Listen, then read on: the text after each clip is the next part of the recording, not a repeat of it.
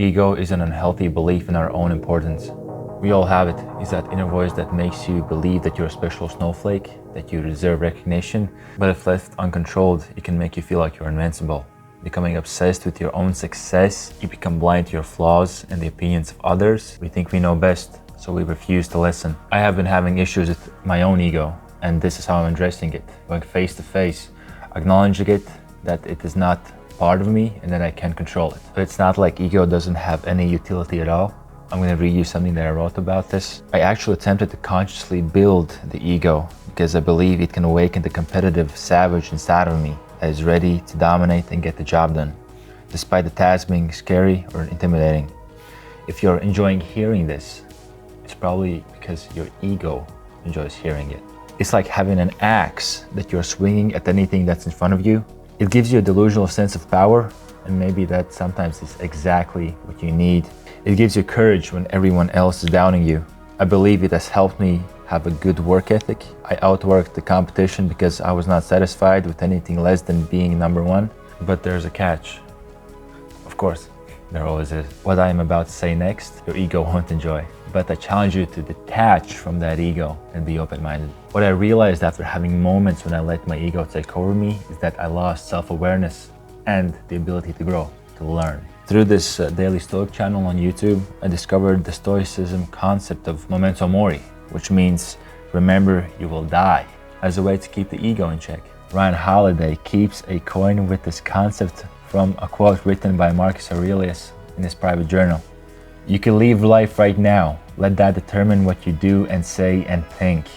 When I was first introduced to Stoicism, I saw the value in it, but I thought it's going to be incredibly time-consuming, and you should rather spend that time on something else will help me directly achieve external success. But that's the problem. I perceive life philosophies as the goal for life, but they're meant to be used as tools to basically make sense of everything. But this video is not about Stoicism itself. This video is about dealing with your ego, and there's not only one philosophy that will help you deal with it. It's a fact that you can find a philosophy for life that humbles you, something that is more powerful than your ego and keeps it under control. A high ego makes you feel invincible, and it does have utility to get the job done, but it stops you from experiencing life. In a philosophical sense, you've blocked all your input signals and only focus on the output signals. You're reading, but you aren't learning. You hear people, but you don't listen. You communicate with people, but you don't connect. You're alive, but you don't live. You believe you're on top of the world, but you're not in control of your mind. How to deal with the ego? I'll try to share some real, straightforward practices that have helped me. Your ego won't like it, but that's good. That means that we're confronting it head on. But first, let's go for a run. Okay, we're out for a run right now. My clothes, got everything packed. So the main concept that I want you to understand about dealing with the ego is that you need to get out of your comfort zone. So I wrote something about this idea. When you are in a familiar, cozy, and comfortable environment, it's easy to get lost in your thoughts and feel like your current environment is representative of the entire world. And if you're in a control of your environment, that means you're in control of the world, right? That's why I have to remind myself that it's not all sunshine and rainbows, that there's something beyond discomfort. I'm trying to challenge my body and my mind so I can get control over my mind.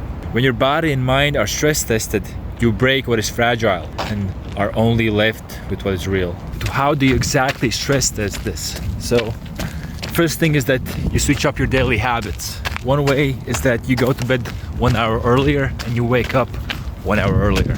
Delete social media from your phone, and don't worry, people can still reach you. Just tell them other places to message you. You can still use your PC, depending how you want to do it, but if they're real friends, they'll understand. Do you know that moment when you have a long day and you're just trying to unwind from it and you start scrolling your phone, checking Instagram, checking YouTube? Well, you can use that downtime to do something better. You can read a book or just stay silent, just stay with your thoughts. You can do what is physically challenging but is still good for you. Movement. So you can just walk, you can stretch, you can do yoga, you can go for a run, you can even work out. it will help your mind piece things together.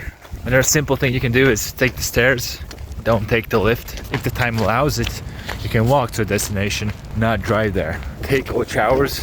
This will calm your mind, like definitely, especially in the morning. It makes you ready for the day.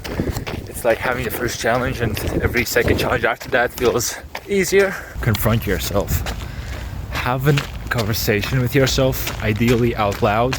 Ideally record it, so you can do journaling, you can write things on paper, you can record a voice message, you can record a video of yourself talking, because that will force you to talk in a structured way. It will force you to really articulate your thoughts. And the benefit of this is that you'll understand how much solid ground your beliefs actually have and how irrational some of your actions and thoughts may be. While talking, I want you to imagine that you're having a conversation with a future version of yourself, and you're trying to explain to that person your current situation, what struggles you're having, what you want to achieve. So imagine that your future self no longer remembers how you feel, so you have to describe it. This will force you to really dig deep and really reflect on yourself, but it will also serve as a reminder to yourself in the future. When you look back at this, you can see how you felt back then, and how much you've grown. It's really powerful. You can write, how do you feel right now? What is the current situation, both the good and the bad? What should be improved, and what might help improve it? There is no one way of doing this. Do what makes sense to you and feels right. Don't censor yourself. Don't worry about grammar or perfect sentences. Just write. Let it flow. Don't edit yourself. It's okay if what you write doesn't always make sense. Another way you can do is just video journal, audio journal, something just like this. Like take your video camera right in front of you and just record yourself talking. So what you can do is you can reflect on where you are right now in life, what caused it, where you want to be, and what will help you get there. My recorded journals are typically 5 to 30 minutes long. And if you're not ready to do any of these things, it's also powerful to just be alone, get quiet, and let your thoughts flow. Your mind will tell you what you need to know if you allow it. Remember that you're not doing this to punish yourself. You're doing this to find yourself. And don't be too harsh on yourself either. You're not the problem, you just have a problem. The real you and your ego are two different things. It's like having a savage as a pet, but you can't allow it to rule you or make you believe that it's a part of you, or you will live life without truly experiencing it. When we remove the ego, we're left with what is real.